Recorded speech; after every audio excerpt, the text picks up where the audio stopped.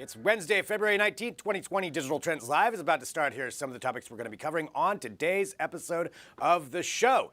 There's a new report out that the pathway toward a vaccine for the coronavirus has possibly opened up with the announcement of a 3D scan of the virus itself using cutting-edge technology. Also, Boeing is reaching the final stages of its Go Fly contest, which tasks competitors with creating their own passenger drones, with the winner receiving a $1 million prize if they survive. And our own Drew Prindle is back for another edition of Awesome Tech You Can't Buy Yet, where he showcases some of the best and weirdest crowdfunding campaigns that he can find. And with social networks becoming more customized to match the needs of their users, we'll be joined by Johan Ottby, the CEO and co-founder of Fishbrain, a platform designed to connect people who love fishing and the brands that want to sell them all the latest gear. All of this and more on today's episode of Digital Trends Live.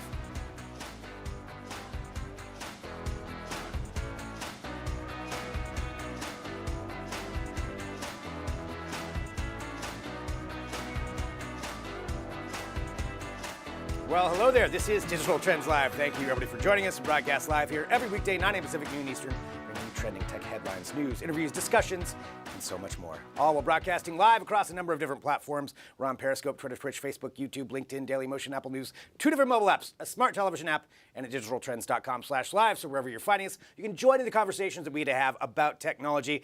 And there's a lot to have today. But to start off here, I'm Greg Nibbler, joined by Mr. Sam Slaughter. Hello, Sam. Hello. Thank you for having me. It is nice to have you here. It is good to be back. For those of you that don't know, Sam is the food and spirits editor, or your spiritual guide, for themanual.com, which is a brother site of digitaltrends.com. I think the beard gives the spiritual leader thing away a little bit. It really does. Yes, or you've got a cult, whatever. You've got a real cult thing that you're trying to cultivate there. All right, we're working on that. Cultivate? Yeah, I went there. Hello, everyone. Let's talk about some tech. So we've got some trending stories that we do need to get to you right now, and that's what we like to do here with this show. Start off with one of the biggest trending topics, and this one, it's not one that's a super exciting one, but it's one that we continue to have to talk about. It has to do with the coronavirus, but there is a new report out about it that we could be on the pathway toward a vaccine. That does not mean there is a vaccine.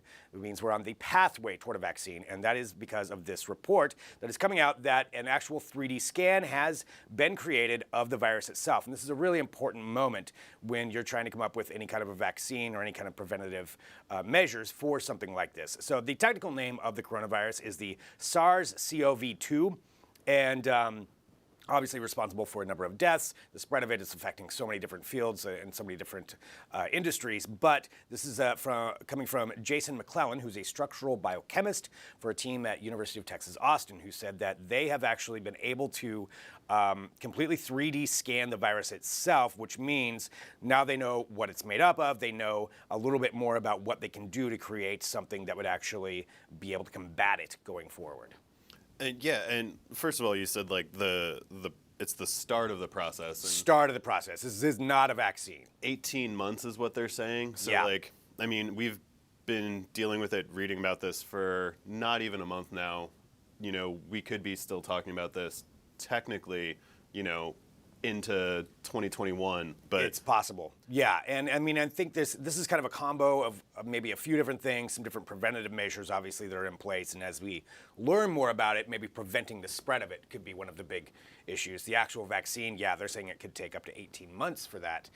But I think the real issue, comes down to containing it too, and that's one of the things that possibly this can help the more that you learn about it.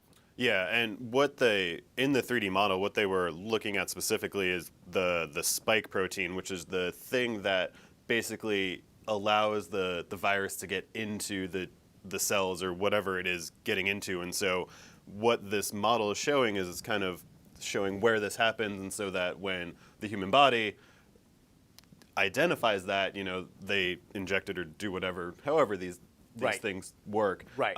The body can go, that's not one of us, and be able to identify it. And and put up the immune defenses and go from there to help not let it happen. So it's an important step, and one of those that we're just seeing about this right now. This is just being published today, so I'm sure we're going to find out a lot more information as the day goes on. But that's one of the things we like to do, is get you the biggest trending tech topic here at the start of the show, no matter what time zone you're in, wherever you're watching. this is kind of the latest information. So that's what we have right there. And we'll have something up on this too at digitaltrends.com. We've got a lot of coverage of the coronavirus. You can certainly go there and take a look at what some of the effects are and certainly some of the different ways that it's being combated with technology. All right, let's continue on though with our trending tech topics, and let's go to something else. Let's talk about ride-sharing apps. So we all know about Uber and Lyft, and of course there's a myriad of competitors that have kind of come up and then went away, and maybe there's a lot more, worldwide certainly there's more, but in the US, Uber and Lyft pretty much dominate in most places when it comes to that. Now there is another one starting up in New York, and they think that they have a competitive advantage because of this. They're saying that they are not going to be charging surge pricing, which is certainly a big issue, especially when you talk about a metropolitan area like New York or any kind of really condensed city. If there's an event, we've all experienced surge pricing. It sucks. And this is what they're saying that they're going to be able to compete with. So it's called Myle. And the way Myle works, M-Y-L-E, is essentially that they are not going to be charging that. So they're saying they have zero hidden fees. There's no surge pricing. What you see is what you get. And it's always going to be essentially the same pricing structure no matter what. What do you think about this? If this works, I love it. So I used to work in New York, and I would have to get from various point A to point B's on a daily basis. And with Uber and Lyft, with the surge pricing, I ended up taking taxis because there are, and I'm sure it's in other cities too, but something like Arrow, where you get in the cab and you've got the app and you just sync with an actual like yellow taxi, and then you go on your merry way. But there's no surge pricing in there, and so you're getting back to like the actual taxi cabs of yore instead of waiting 10 minutes for an Uber or a Lyft. You can just hail a taxi if you see one, get in, and then do what you need to do.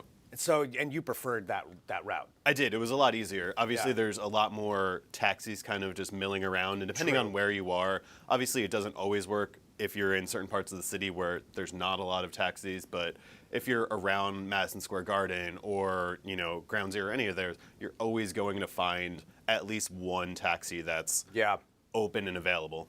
Well, and this sounds like that would be similar to that then as far as the competitive side, with the no surge pricing and flat rate, like what you're going to be getting as far as when you enter it in. The other thing that they're talking about is for the drivers, because that's something to certainly take into consideration is why would all of these drivers for Uber and Lyft, most of them drive for both, why would they want to add in Myle or even consider switching over?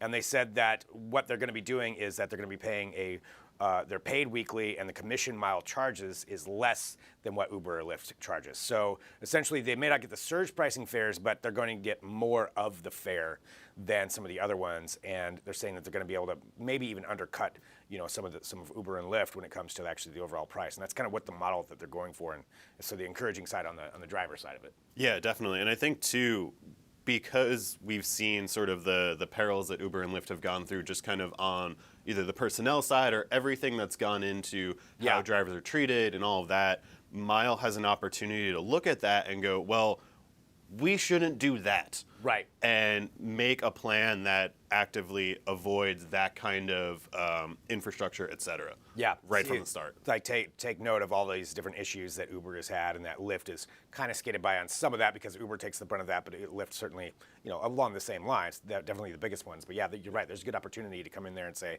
all right, well, drivers, here's what you've been asking for. Here's what we're gonna give you. So we'll have to see how that all plays out. Right now, it is just in New York where they're going to be debuting this, but certainly you would think if it works well there's no reason it wouldn't roll out other places as well. But we'll definitely follow along and let you know what happens with that. But again, that's Myle, a new competitor to Uber and Lyft, opening up there in New York. All right, continuing on with our talks of the trending news. This next one is really fascinating to me. It has to do with Boeing and a competition that they have been having that is going to be really ramping up this next week, and it is their Go Fly contest. So what it is they have challenged people to come up with their own passenger drones. Yes, drones that you fly in.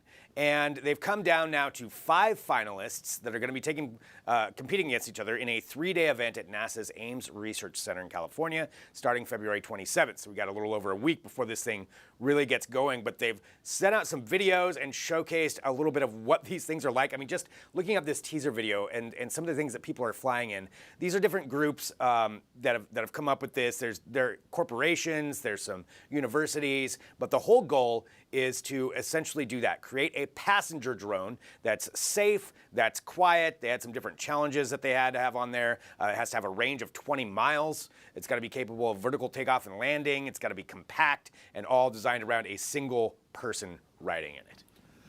This is very interesting to me, but also very scary. Like, we were talking about it before we went on. This reminds me of the Red Bull Flugtag of like the days of yore, where you saw the Red Bull commercial. It's just a bunch of people crashing in like cardboard planes and bicycles and things like that. Totally. Now, I know the people that are doing these, obviously, out of 800 teams, there are 5 left. They know what they're doing in the sort of conceptual realm, so they're a little further along, I would say, than the Red Bull people. But looking at these still, I don't know if I would get on any of them. No, I mean, one of them, like, I was looking at it, and I'm trying to remember exactly which one it is, but it's the one where he's got basically a stick control, and he's standing on a platform. I think it's like Team an egg? Dragonair. I think it's theirs. No, it's the Dragonair one where you're standing above the actual propellers. Yeah, there's the egg one right there. That just looks fake. But the ones where you actually, like, here's my irrational fear when it comes to any of these drones, is that I'm going to trip and fall into the propellers. Like, if they're below me, I'm gonna trip. I am a clumsy person. I'm gonna fall onto those things. That's what I worry about. I don't want them below me. Are they gonna get below me? No, behind, like, the air bike, I think, is the one, the air bike, the Avia bike, where half the propellers are behind you, but they're also smaller. And so I feel slightly safer with that. It's just you're losing fingers, not arms. Yeah. Those will grow back, right? Yeah, right. I think so. That's what science is for. But that's what's going on. So with this contest, it is actually pretty cool because know a lot of companies are working on. There it is. That's the one. Man, no way am I getting on that thing. I mean, I appreciate that this person is doing this, and I love the technology behind it. And no. I mean, look at that. One trip. Okay, I guess they have a little bit of a net right there. I don't trust that net. If you sneezed or coughed, you could end up doing like a loop-de-loop and then just fall. There it is. Yep. And then those propellers are going right on. I've played video games. I know how technology works. Exactly. But still, I mean, the tech is pretty cool, and it's interesting to see where it's come from because that's really not that many. What is that? Eight rotors that it's got on there. I mean, that's not a lot. But the fact that they've been able to create this for a single person. Now, you can imagine going forward, what could this mean if this contest does, harken into or bring in some like new era of personal flight to where we're all going to have our own little drones that we take off in, flying around the city. I mean, maybe that would be cool. But I don't want everybody to have one. The infrastructure of a lot of people having drones like that, like you have to get a license to pilot a like a normal sized drone now.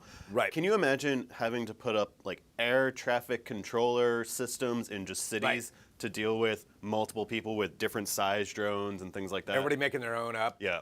It's gonna be a nightmare. But this contest is pretty cool. So this is the Boeing Go Fly contest. So we'll be talking about this more next week as we get closer to it. But it takes place February 27th, a 3-day event. So the winner, there's $2 million in prizes. The winner gets $1 million, and then there's 4 different $250,000 prizes depending on what you get. I think there's one for the quietest, the smallest. The egg will win that, I think, pretty clearly. The eggs, I think the eggs probably got that in the bag. They got $250,000. I'm sure they're already spending. So that's what's going on with that there. But we've got a whole wrap up of it, and you can kind of go in depth with each one of the drones. They're at digitaltrends.com. All right, our final trending story here before we take a break and maybe do some read 'em and weep. Ooh, it's coming up.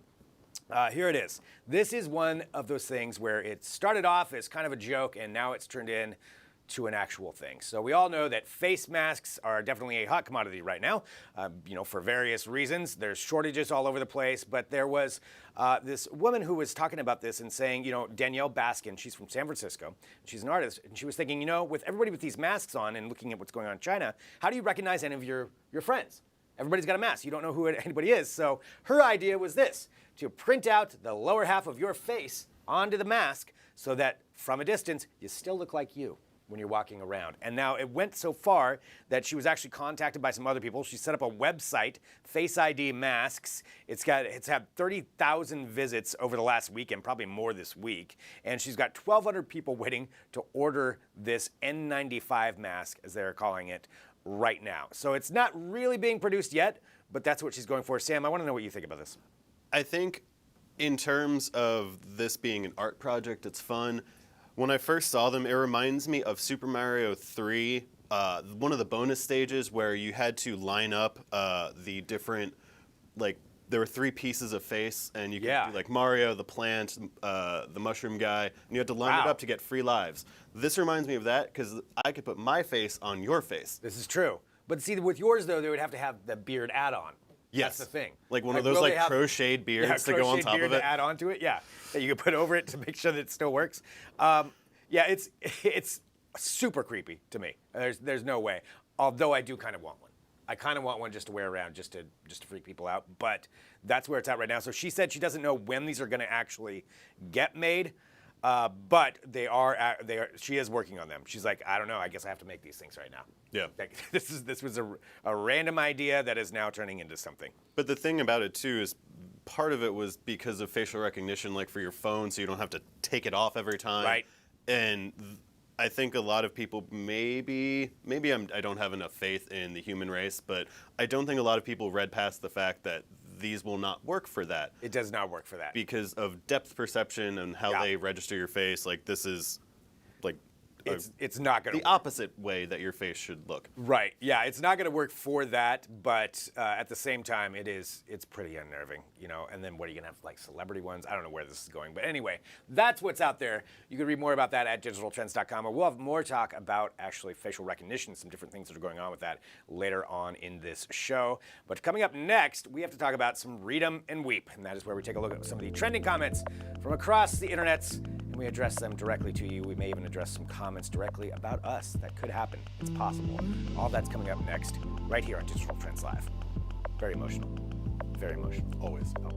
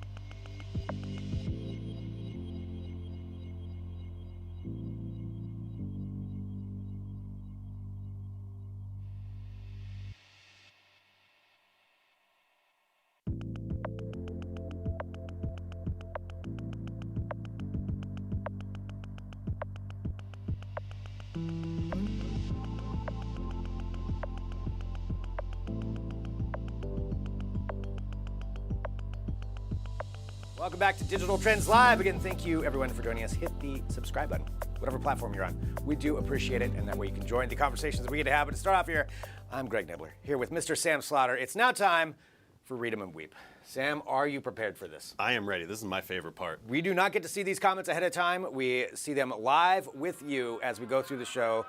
Let's start off here. So in Telename, today we celebrate National Vet Girls. Wait, what? I'm trying to understand what exactly that is. Okay, there we go. National Vet Girls Rise Day. Okay, recognizing the immense dedication of 2 million U.S. veteran women and their influence on others. Thank you for your service. Okay, that's very good. Thank you for your service. We do appreciate that. So that is something that's trending online. That's good. That's a lot better than a lot of things that are normally trending I'm on just Twitter. usually not expecting something positive when we do this segment, so I think that's what threw me off there. I'm like, yeah, that's Where's a good the thing. joke in this That's one? there's no joke. That's just a good thing. So National Vet Girls Rise Day. So appreciate that. All right, regarding fires caused by Christmas trees can be unstoppable. Very timely, just in time for Leap Day. Okay, Leap Year Day. Apparently this was something that showed up on our site a little bit late. So sometimes when you're putting up a lot of articles and you want to reshare those, yeah, it looks like that's one where we But maybe reshared it a little late. I mean, it's only like a month and a half. People sometimes leave their trees up, or they just leave them outside in their yard and then light them on fire. That's true. Well, you do live in South Carolina. What is that? What are you trying to say? What are you trying to say, Nothing sir? at all. Nothing at all. I know what I'm going to be making sure shows up on Read 'em and Weep tomorrow. Dang it. The comments are coming in through right now. Mac Macca, regarding why you should wait to buy a new TV, best 2020 TVs. I'm 11 years old, trying to find a new TV for gaming. I don't understand. Well, Mac, you know, Ask your parents? there's probably a lot you don't understand, but trying to find a new TV for gaming. You know, when I was 11, I just wanted to have a TV. I had a hand-me-down that had an antenna with foil on it.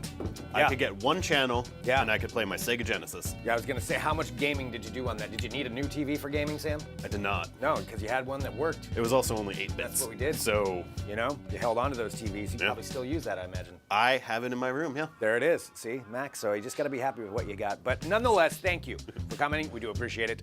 Regarding Samsung Galaxy S20 Ultra versus Apple iPhone 12, what to expect? Why S20?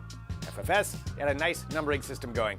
Yeah, that the number changing side of things I think did throw people off. But I think the idea, from what I understand, is to go match with the year now. So it's S20 and then That going makes forward. sense. It does kind of make sense for there. I mean, I appreciate that more than just adding in a bunch of like X's and Y's and like Z9, you know, Looking 9 like or a 3.5. emo kid screen name from Yes. the mid-2000s. Yes. I don't know anything about that, but No. I hear that happened. Oh, I want to know what it was. But Kira, yes, thank you for that comment. I do understand why you would be upset with this, but nonetheless, they have skipped ahead, so I think that it can work, you know, going forward. Lena, regarding Pisces season, this fish feels fine. Okay, I gotta ask, is it Pisces season? Is that what we're in? I don't follow the astrology too much. Do I I gotta look this up. like I read my horoscope on a Kind daily of. basis? A little bit. I mean, I could see it. You mentioned being a cult leader. I would figure Yes, that there would may be crystals on my desk at home. That's fine. But okay, I gotta look here. No, it's not. It's not Pisces. Oh wait, yes it is. Okay, there we go. Now I see. It is Pisces season, Sam. Today, Cool. starting today.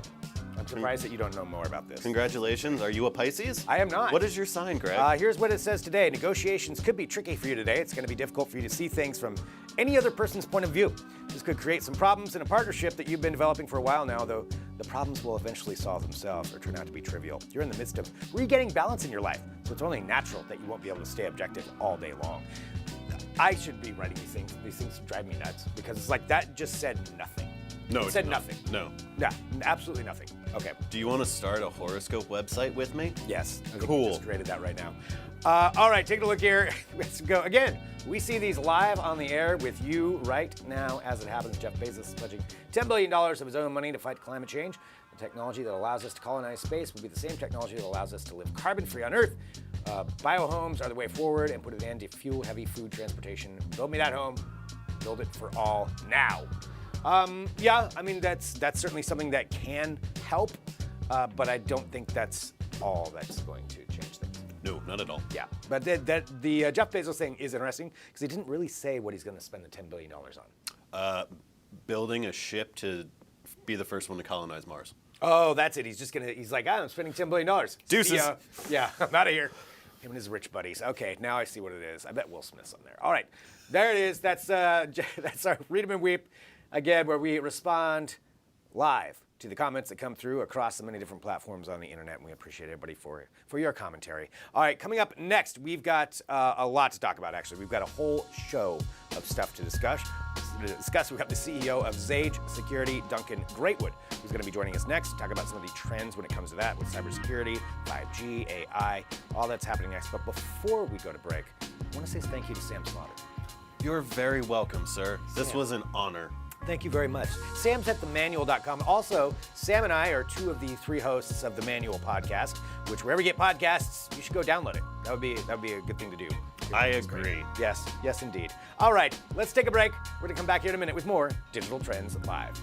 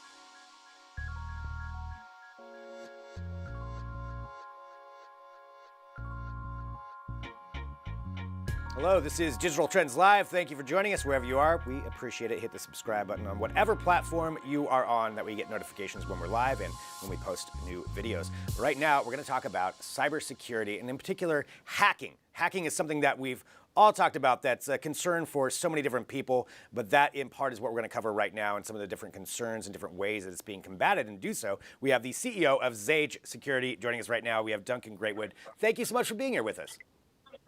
It's a great pleasure. Thank you. I want to give everybody just a little bit of context. Can you tell everyone what Xage Security is?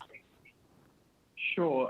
We are a cybersecurity solution for real-world operations. So we protect things like the electrical grid, a big factory, a wind farm, or an oil and gas platform. And we're really kind of doing that using what we call a blockchain-protected security fabric. So we spread out across the operation into every little corner and nook and cranny, and we allow the different components to work together, but without allowing the hackers to break in and either steal data or physically damage the systems that are there. So it's utilizing a lot of different points to combine to make this kind of a robust security system that'll prevent those hackers from getting in. Exactly, and part of... Sorry, go ahead. Oh, well, I was just going to ask, talking about the hacking side of things, and getting into some of the trending news associated with that, and certainly you would be an expert on this, it's something that I feel like, especially since not that it wasn't a concern before, but especially since the 2016 U.S. election, that at least here hacking is just such a big concern, and it should be. But what are some of the different ways that it's happening right now, and how is it being prevented? Sure. So we're definitely seeing a huge growth in these kind of hacks, probably 2 or 3 times increase every 12 months.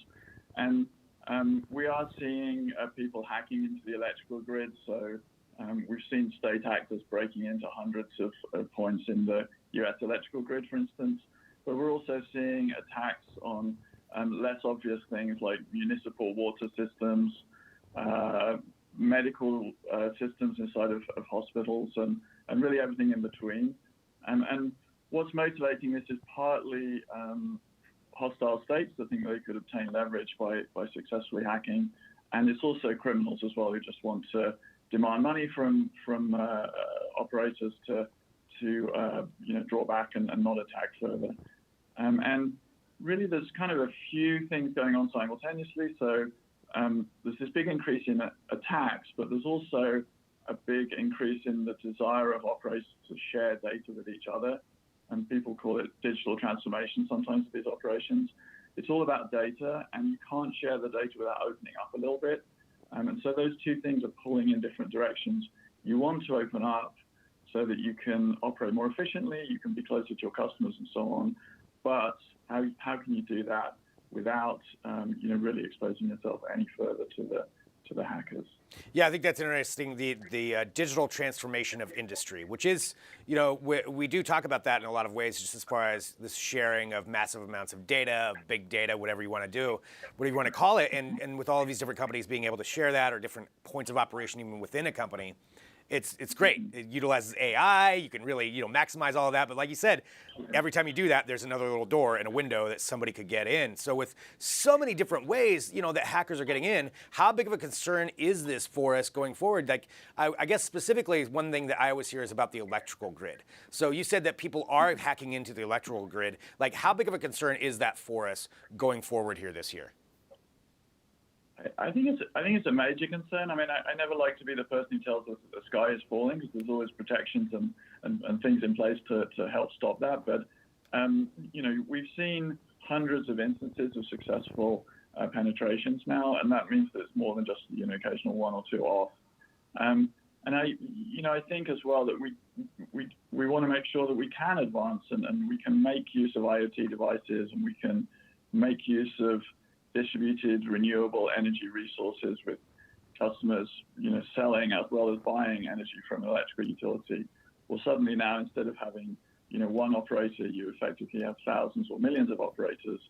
And so, really what Xage is kind of trying to do is to take that situation and turn it around and say, well, okay, so if we have these thousands or millions of points of entry, let's make each of those points of entry also a gate and have them mutually protect each other. If one is broken into, then the other 999 can help protect the rest of the system and block out that one single one. And so we're trying to make it so that as these digitally transformed operations scale up, they actually become stronger. The more points you have, the stronger it becomes. And so that's a sort of reversal of the kind of the more that weighs in makes it weaker and weaker. And that's sort of the intent behind these blockchain protected security solutions that we're rolling out now. Yeah, talking about the blockchain utilization of that. I mean, blockchain is something that we've discussed quite a bit, and just how it's being applied. Certainly, the cryptocurrency, that's a big thing. But when it comes to security, what kind of advantages does it have to use blockchain? Sure. So it very much has that benefit of no single point to hack. You can't change everything by breaking into a single node. It also allows it to overlay on top of the network security that's already in place.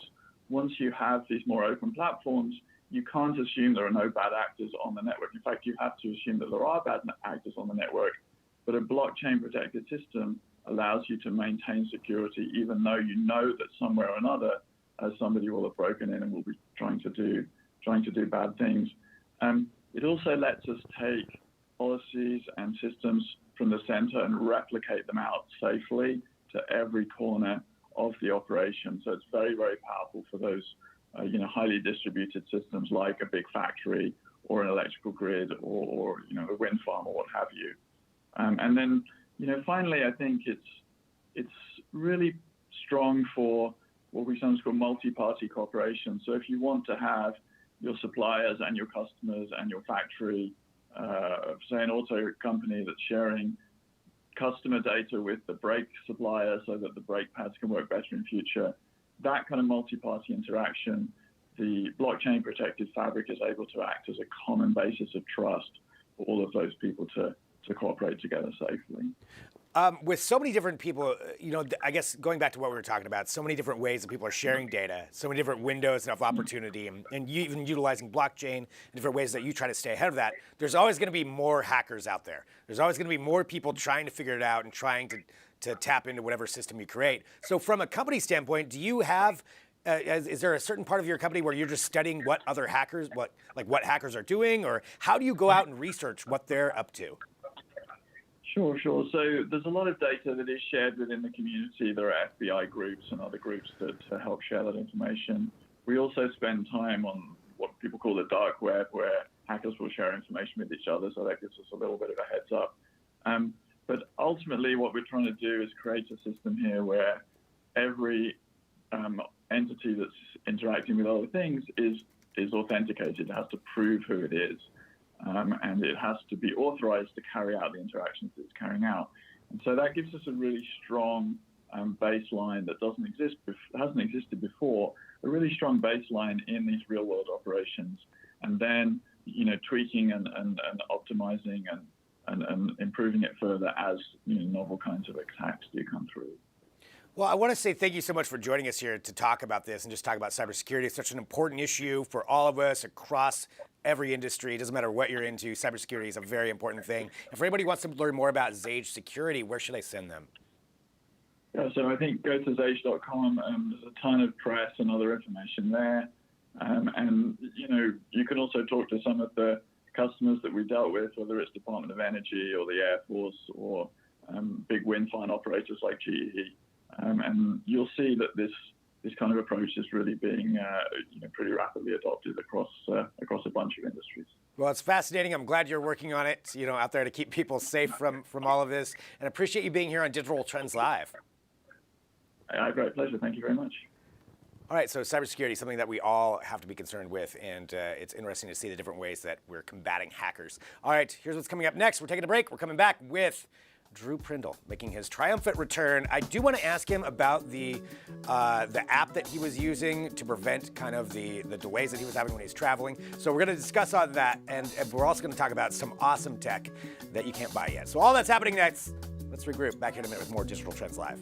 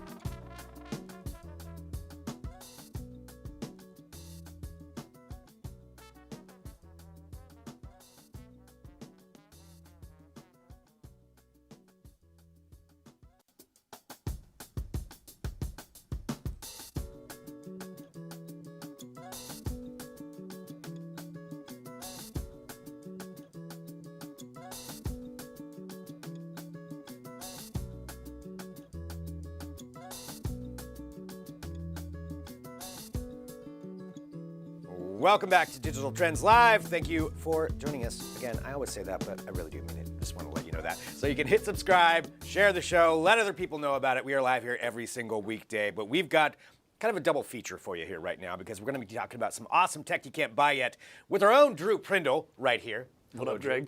But before we do that, Drew has actually been traveling for the last couple of weeks, and this last time on the show, you talked about a jet lag application you were going to use to try to control this traveling to Germany and like eradicate that issue. Yes. So you've tried it for 2 weeks. Let's get the report. So yeah, the first week, obviously, that was when I checked in. It was like a couple of days after I had gotten to Germany, and it worked like a charm. I was like really quickly synced with the time zone of Germany. Was kind of curious how it was going to work on the way back, and yeah, no complaints. Really? I've been using jet lag as like an excuse for everything just because I can totally get away with that, and not everybody knows. Like most people outside of the DT live crew don't actually know that I use that app because I didn't talk about it to anybody. Okay. Been leaning on that excuse super heavily, but that is a lie. I have been fine. I was a little, last night I got a little bit just tired. told everybody, but I got jet lag. I guess show. Yeah, just sorry, man. I'm a little off today. Kind of jet lagged. Sorry for the slow reply to your email or your message. I just didn't want to do it. But no, so I got in pretty late. It was a super long flight. It was like 11 something hours just to get to San Francisco, and then it was another 2 to get up here. So it was the longest Monday I've ever had my whole life. Like literally, it was like a 36-hour Monday. Yeah, I talked to you at like, I don't know, 1 p.m. or something yesterday, or 2 p.m. You're like, yeah, got in at like 2 a.m., but it says I have to drink coffee, so I'm drinking coffee right now. Yes, Like, all right. I did that. It was weird. So I got really tired early yesterday, I think just as a result of not getting a ton of sleep. Passed out last night for way too long. But as far as I know, I'm like on track right now. I feel synced up with the Portland time zone again because I woke up at a reasonable hour after getting probably like 11 hours of sleep or more. Yeah, I mean that's good. But overall, though, you would recommend using this. Oh, totally. Okay, so it's time shifter. Yeah, I think it really the thing that it does is it makes it. You just get there faster. So you don't have those spurts where you're just like randomly super exhausted in the middle of the day, like 2 days later. Like I haven't experienced any of that, and I did in the past when I wasn't using the app. So all right, I think it's worth it just for that. Okay, well, I want to try this out now too. Well, of course, I've got to go to Germany first, but so all right, there we go. A report on that coming back. But let's do this. It is now time for some awesome tech you can't buy yet, where Drew takes a look across the internet and including crowdfunding sites to see what is trending and what he likes the most. So, Drew, what do you have for us today? I got some stuff that's like sort of low tech and sort of high tech. Okay. It's a good mix of both, I'd say. All right. What do you want to start off with first? Start off with the frying pan. Okay, with a frying pan. It's a frying pan, but it's not just any frying pan, right? So there's this company, Solid Technics. They're from Australia.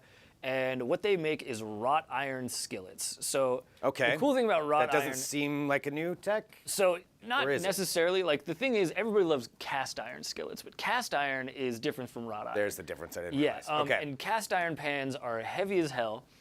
They're kind of brittle. But really the thing is, the reason everybody loves them is because they have such like even heat. And they'll last a lifetime if you treat them right and all that stuff. The only problem is they're so heavy you can't like pick them up and flip food and all that stuff, and the handles get hot and all of that. Yeah, the handle. That is. So these guys have come up with a different way. They use wrought iron, which gives you a lot of the same like kind of heat, evenness properties. It's also if you season it and you put oil in the pan and all that stuff and kind of treat it like you would a cast iron pan. It's a natural non-stick coating. I actually have one of their older pans at my house, and it's my favorite thing in the kitchen. So it still does all that stuff that you can. It's all of the benefits of cast iron with none of the downsides. Wow. And so it's light. The handle doesn't get hot, I'm assuming. It's also unibody. It doesn't have any like rivets in it like some other pans. I mean, most cast iron pans are unibody, but this is as well. So you don't get that like expansion, contraction, and the handle gets loose or anything like that. But they've designed the handle so that it only has like a couple sort of thin little bars that come out, so that it doesn't. The heat doesn't go up into the handle as much. Conduct through there. Yeah.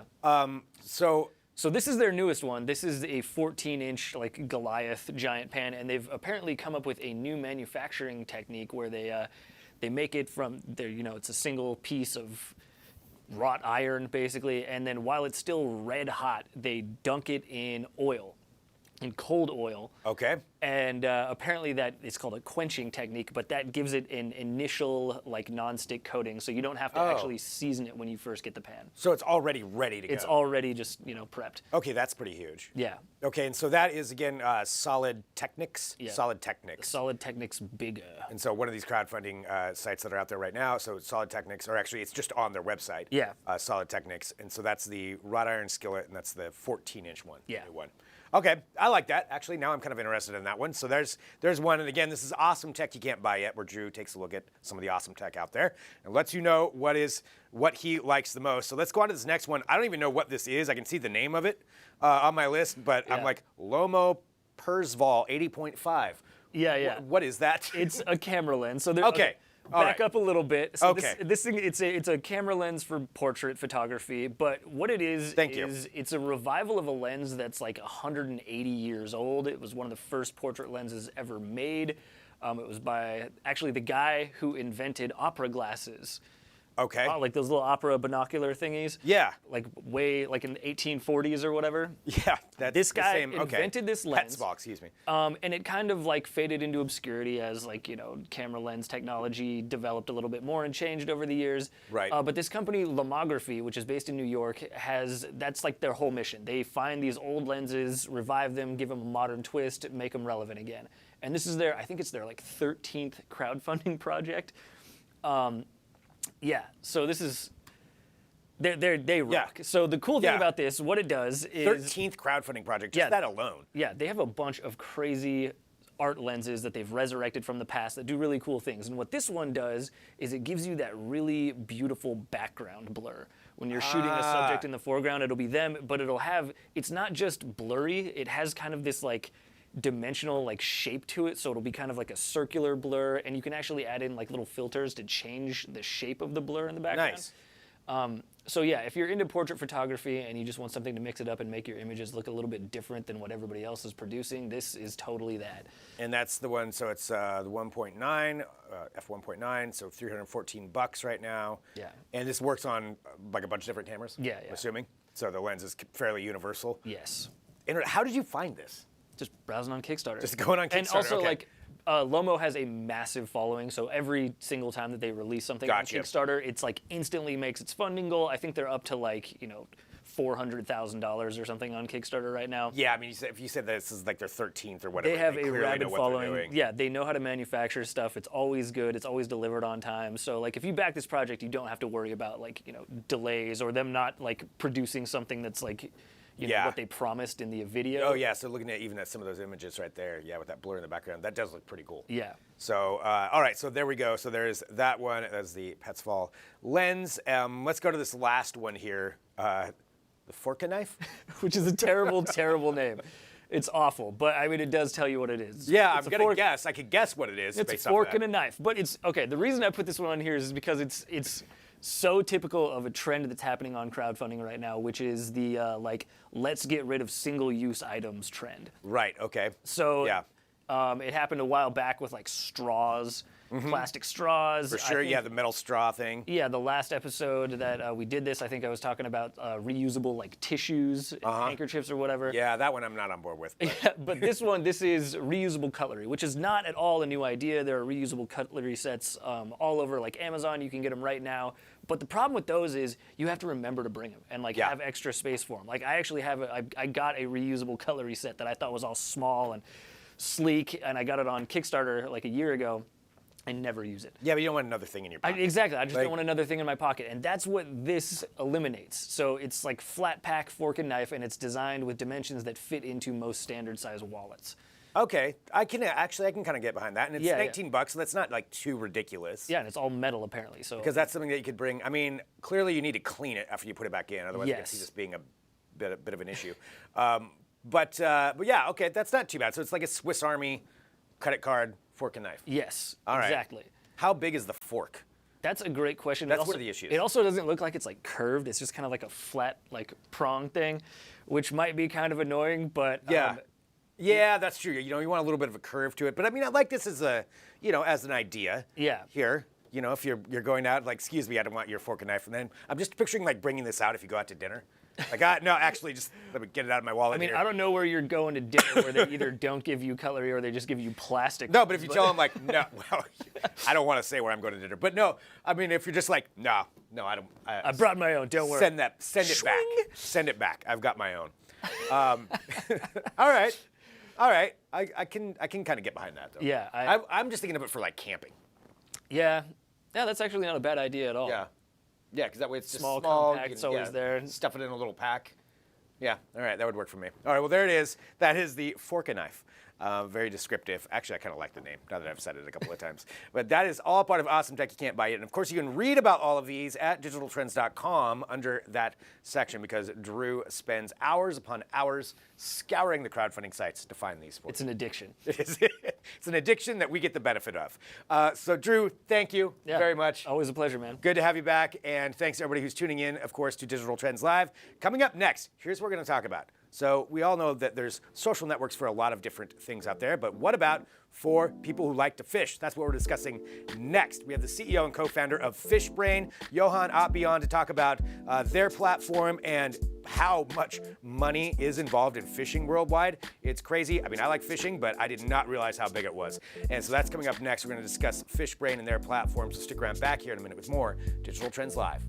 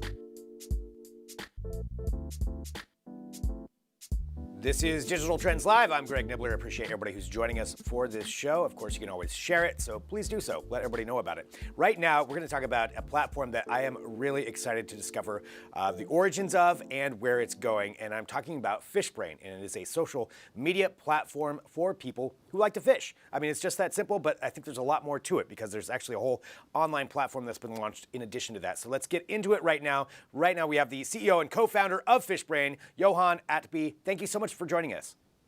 Hey, Greg. Thanks for having me.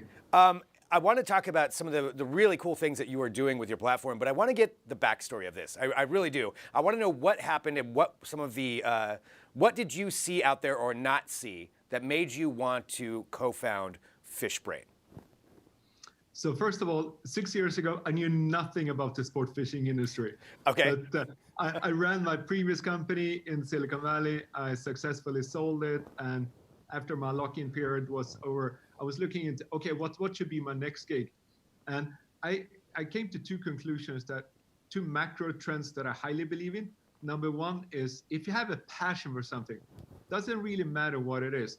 I think you will have a much better engagement if you're in a group of like-minded or peers rather than with your friends like an Instagram or a Facebook. And second, I'm a huge believer in crowdsourcing of data, especially using the mobile device. I think there are a lot of cool use cases where you can actually gather data from the users and turn it back as a service for the users. So I was actually looking into doing this, and then I stumbled upon an article in, I believe it was in the Forbes, listing the world's 10 largest hobbies. And guess what? Sport fishing was number one.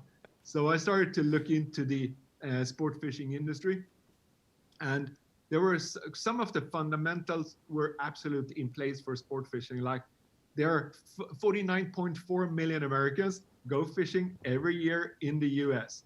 Wow. It's the number one hobby, and they spend a ton of money. It's a $50 billion industry. So they spend a ton of money. But also, there's a lot of when people are out fishing, they love to brag. Fishing is a lot about bragging about their catches. The fish was this big. And this is super important, because when you're building social today, it's really important that there's content that people are willing to share. Second, that this content is visual, meaning that there are great, stunning pictures or videos. And that's absolutely the case when it comes to fishing, because a lot of fishing today is catch and release, meaning that the anglers, they don't keep the fish. So they catch it, they unhook it, they take a picture or a video, then they throw the fish back in the water again. And of course, when you spend a lot of time and money on it, you want to brag about it. As simple as that. Yeah, I mean, I think you bring up so many good points now that you've explained this, because one, yeah, it's not cheap to go out and buy that gear. I mean, the gear is expensive, and usually you want to buy good stuff, so you're spending money. Oh, yeah.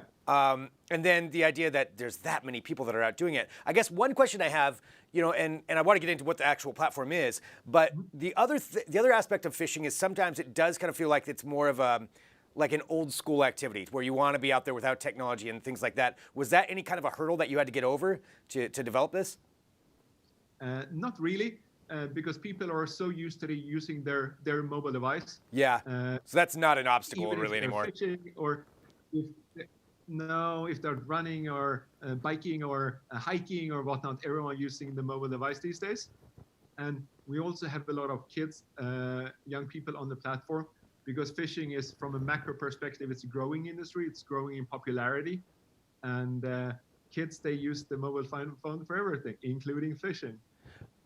Looking at it now from the platform itself, we've got a little bit of a video that was playing there, just kind of showcasing some of it. But what are some of the different things that you can do online? I mean, you mentioned that people want to, share photos and videos and brag about what they caught because they may have to throw it back, which, some of those aspects you can see on other things, but getting it with all like-minded people. So somebody signs up for Fishbrain. What do they get? What does it start off with when they sign up? Typically, all anglers, they have catches logged. They have a photo or a video. Then they start logging their catches on the platform. And this is great, because this is how we accumulate a lot of fishing data. And I have to say, you don't have to share your location. It's completely optional whether you want to share your honey hole or not. That was one of my questions I was going to ask you. Yeah. It's completely up to you. But this is our 6th year, and we have over 8 million catches logged on the platform. And I think 80% of these catches, we have the location. But it's completely optional, and it always will be optional. But then the thing is, my idea when I started Fishbrain was I saw an opportunity to crowdsource this fishing data and give users a real forecast for when, where, and how to fish, which is called the Fishbrain Bite Time. Because the thing is, if you ask 100 avid anglers, when should I go fishing? Where should I go fishing? What type of bait should I be using? You will get exactly 100 different answers, not 98, not 99. And I have a background in academia as a physicist and AI. So I thought, hey, come on. This is just because that these people one guy can only fish that much. So I thought, if you crowdsource a lot of the sport fishing data, you make it super granular, not just the location and the species, but also what's the air pressure, was it sunny, was it cloudy, was it raining, wind speed, wind direction, tide, moon phase, current. I think we are 25 parameters on every single catch. That's and awesome. Then you apply machine learning on top of it. You could probably make a better forecast than the avid anglers, and that's what we have now. That's great. So somebody could go on there and have all of that different data, that's coming into that. Well, talking about the data side of things, and I know that I think it was last October you launched another aspect. And speaking of, all anglers and everybody spending a lot of money on this, that's a great opportunity right there. Can you talk about what this new platform is? Of course, because if we are the only one having this data set of what equipment, you say you want to go fishing for trout in Lake Tahoe in February, it's best doing this with this lure, this reel, this rod, this line. It's almost stupid if we don't turn that into a commerce opportunity. Right. So users can buy it on the platform.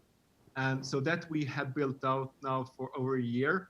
So starting last Black Friday last year, people can now, if we can make those recommendations, people can also buy fishing gear on the Fishbrain platform, which is something new. And it makes total sense. Others have done this in other verticals, like a house for remodeling or a Vivino if you're a wine lover. There are numerous other verticals that layered commerce on top of an engaged community with a lot of data. So it's not rocket science, but we needed to start with the freemium model, then a subscription, and now we adding commerce on top of the platform. I mean, yeah, like you said, it's not rocket science, but it's still brilliant. I mean, that's a good market to tap into. Nobody else was doing it. And I love how you just saw it on a list of activities like, oh, all right, let's check that out. Well, with that idea, going forward, have you taken a look at other activities, things that people are doing, and thought about other kinds of platforms like this? I think there are other opportunities for us to monetize, but now it's the subscription and the marketplace, the commerce will be the two big revenue streams going forward. But also if you look at coming back to house again, they have a professional services side, and there are a lot of anglers when they go fishing, they go with a fishing boat with a charter captain, a fishing guide. So that's a natural one. To buy a fishing license today, you have to go to the state's website or to pick up a paper license. That to me doesn't feel like 2020. And I know a lot of the states have very, very high bounce rates because those systems were developed many, many, many years ago. So that's a natural opportunity. That's cool. So of course there are, when you have the engagement, the community for people who love fishing, and you have the data, you have many ways to monetize this audience. But also as an entrepreneur, you have to be focused and not trying to do too many things at the same time, which is really, really hard.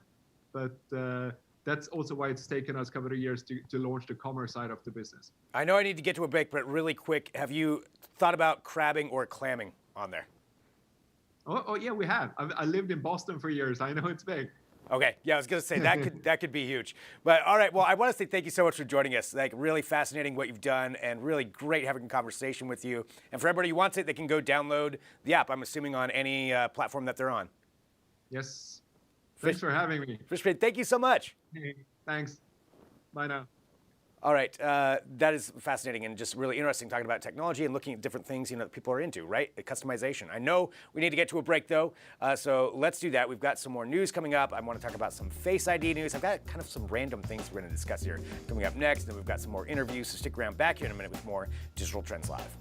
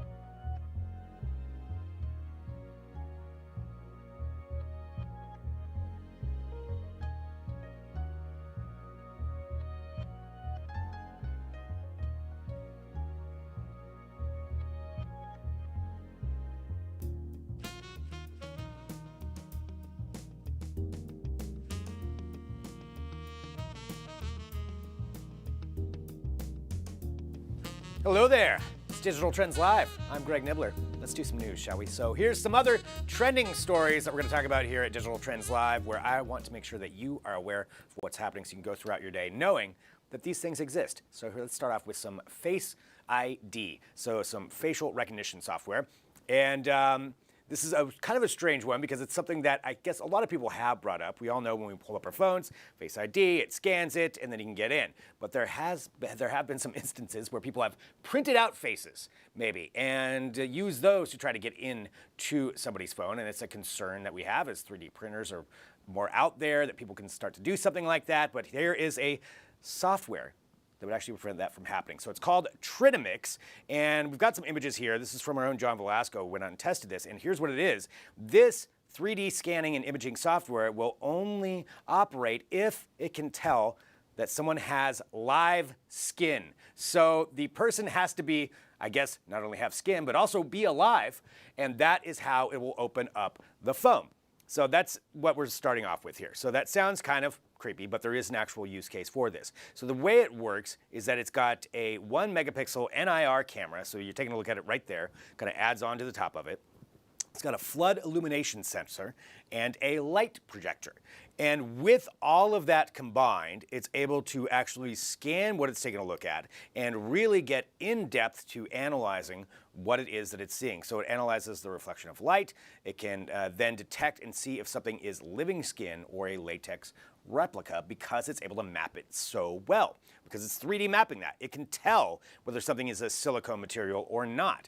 And that is a key component of how this works. And going forward, one of the big things that they're talking about with this is, clearly for facial recognition. I don't know how many of us have to worry about somebody putting out a mask to try to get into their phone. I'm sure you can find a way to get into mine without that. But nonetheless, this is something that could be a concern, right?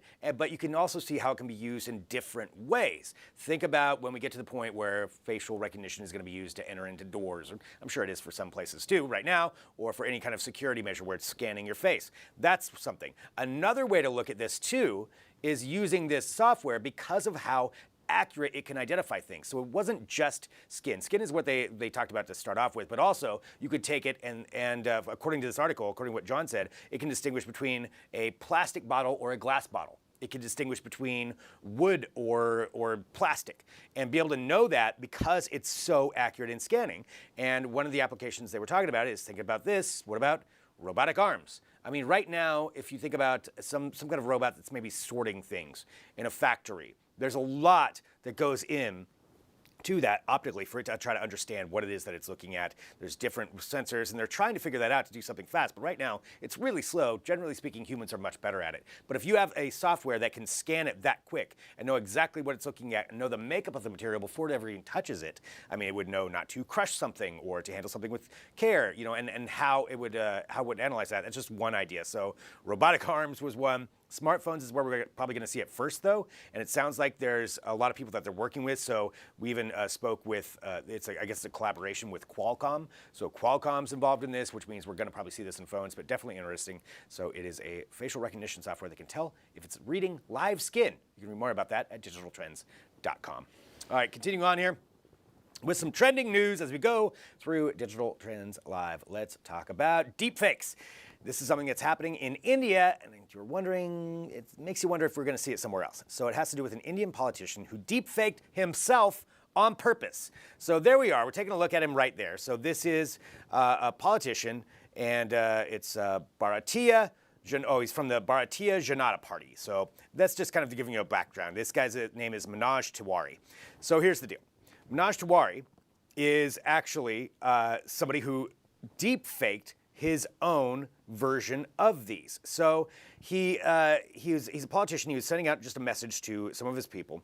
And that one you were looking at right there, so there's one example of this. So India, in case you don't know, there are a number of different languages there. It's not just Hindi. It's not just people who speak English. There's so many different ones, I guess up to 100 different languages and dialects. So to actually reach people if you're campaigning and speak their language is going to be very difficult for somebody to know everything. So what they did is they actually deep faked some different videos. So we've got an example here of one of the videos of him speaking in English. Let's go ahead and play that, and then I'm going to tell you a little bit about it here right after we showcase this. Jai Sri Ram, greetings to all. Friends, I'm here just to ask about the work accounted So- for. Kejriwal. So so there it is. So there's just kind of an example. So here's what they did. They did this in a bunch of different languages, and how they did it is they actually utilized the same technology that people use to deepfake all kinds of other people. And they did that, and they had the mouth movements there, and then they took a voice actor. So they actually used somebody else's voice, a voice actor in a different language would then speak whatever his speech was into those, and then that's how they did these, and then they put all these different videos out. So it's an interesting use case of deepfake technology. Now, I got to say, for the United States, is that something that would be utilized? Clearly, you probably don't need that many different versions, but it makes you wonder what else people could be doing with that deepfake technology. So that's something that this politician did.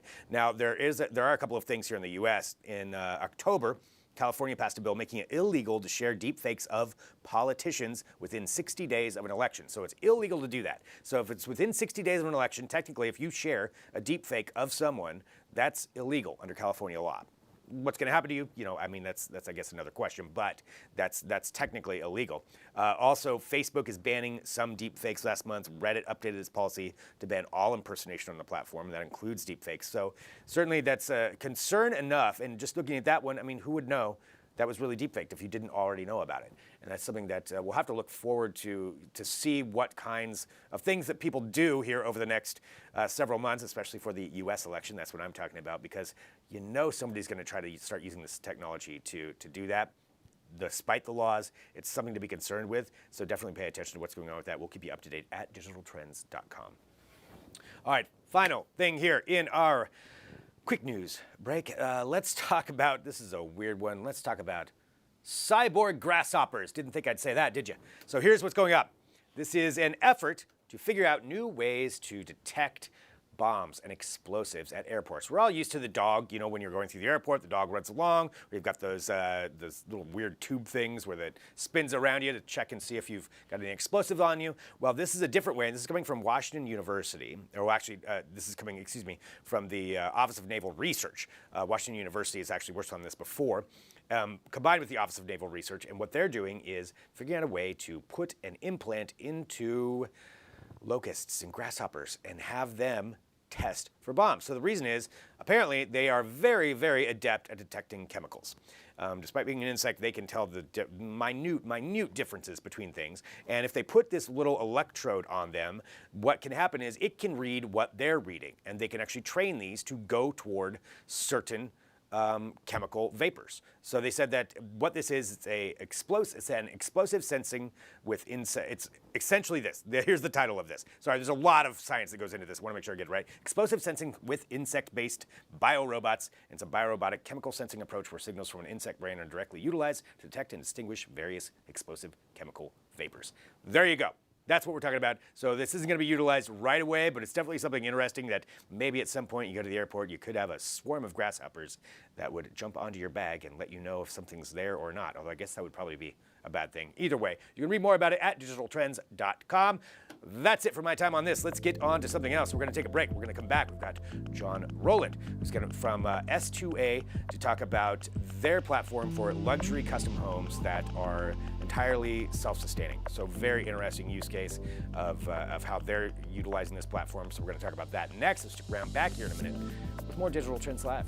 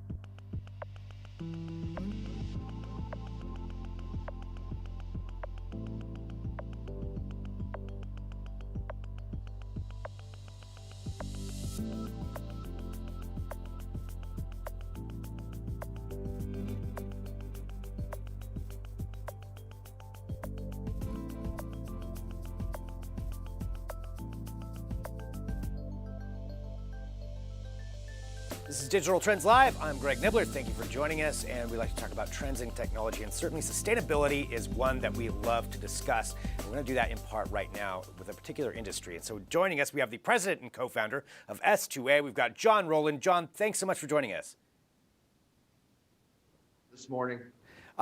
John, I want to give everybody some context of what S2A is, and then in particular, I want to discuss some of these really interesting things that you are doing with homes. Can you tell everybody what S2A is? Yes, certainly. At S2A Modular, we have created what we call the Green Lux Revolution. We engineer and build the lowest voltage, lowest amperage, smart homes, multifamily projects, and hotels in the world. We achieve this through a combination of advanced engineering, patented graphene solar panels, our energy management system, and our energy storage system. We combine all of this into one ecosystem that's ran and powered by our S2A app. So we're talking about building homes and structures or hotels from the ground up. Yes, sir, from the ground up. We build them in our factories, and then we deliver them to site and assemble them on site. Fascinating. Well, I want to go into some of the different things that we're talking about as far as the sustainability issues, and you brought up several things there I'd like to know more about. So you mentioned graphene. Can you tell us a little bit about graphene and how that's utilized? Yes, graphene is a super material. It was founded in 2008, and it won a Nobel Prize in 2010. We have an exclusive agreement with our partners from Poland, FreeVolt Solar. We're the exclusive contractor allowed to use this technology in all of North America. And the graphene gives us huge advantages over traditional solar, just in the way that it produces energy faster, earlier, and longer than any other panel in the world. So utilizing something like that, from the ground up, I would imagine there's so many different advantages that you could have with a home. And you mentioned, say low voltage, low amperage, like saving on that electricity. Can you give us some real world examples and comparisons of what that would actually be? Yeah, certainly. Like for instance, I engineered and built the second ever off-grid Tesla powered home in all of North America. It's located in Murrieta, California. And it's still the lowest voltage, lowest amperage Tesla-powered home in the world. And this home, for instance, consumes 30 to 40% less electricity than the exact same home built under traditional construction methods. And we do this, like I had mentioned, through our advanced engineering. We have low voltage lighting. We don't use traditional high wattage equipment like HVAC and things that normally would be large draws for your home. And that's how our homes are engineered, reverse engineered to create a difference in the world. Well, and that's such a huge thing, with sustainability and understanding that. I do have to ask just, sometimes one of the obstacles I feel like when it comes to that, when doing something sustainable, it can be cost. And just if it's very expensive, to do that, to go green. And I guess what I would like to know is just how you mitigate that concern. Okay, no, that's a great question. And, that's, in this case, we wanted to prove that we could make this technology available to the masses at a price that could be very competitive, if not lower than traditional construction. And in the long term, save the consumer time with reduced and zero energy bills. So one of our projects called Bahia Village, it is a 71 unit, 55 and over community. It's each home is a detached Tesla powered smart home that runs on graphene and a Tesla Powerwall. Each home comes with a Tesla Model 3 car. These homes are only $299,000 to purchase here in Southern California. So we've really proven that we can make this affordable for everybody and reduce energy costs and day-to-day expenses for everybody, including the 55 and over community who are often on a fixed income. That's actually incredible. I mean, real estate in California is not cheap. So that's a pretty phenomenal price if you've got that down to that point. Let's talk about some of the other things too that are incorporated in. Now, you mentioned the Tesla Powerwall. I think for some people know what that is, some people might not, but that's essentially where you're getting the energy, you're conserving it in that and utilizing it within the home after it's collected, right? Yes, correct. We have 2 energy storage systems that we use. One of them is the Tesla Powerwall, which is being utilized in the Bahia Village community. And the way it works is the solar panels, they exclusively power the home during the day.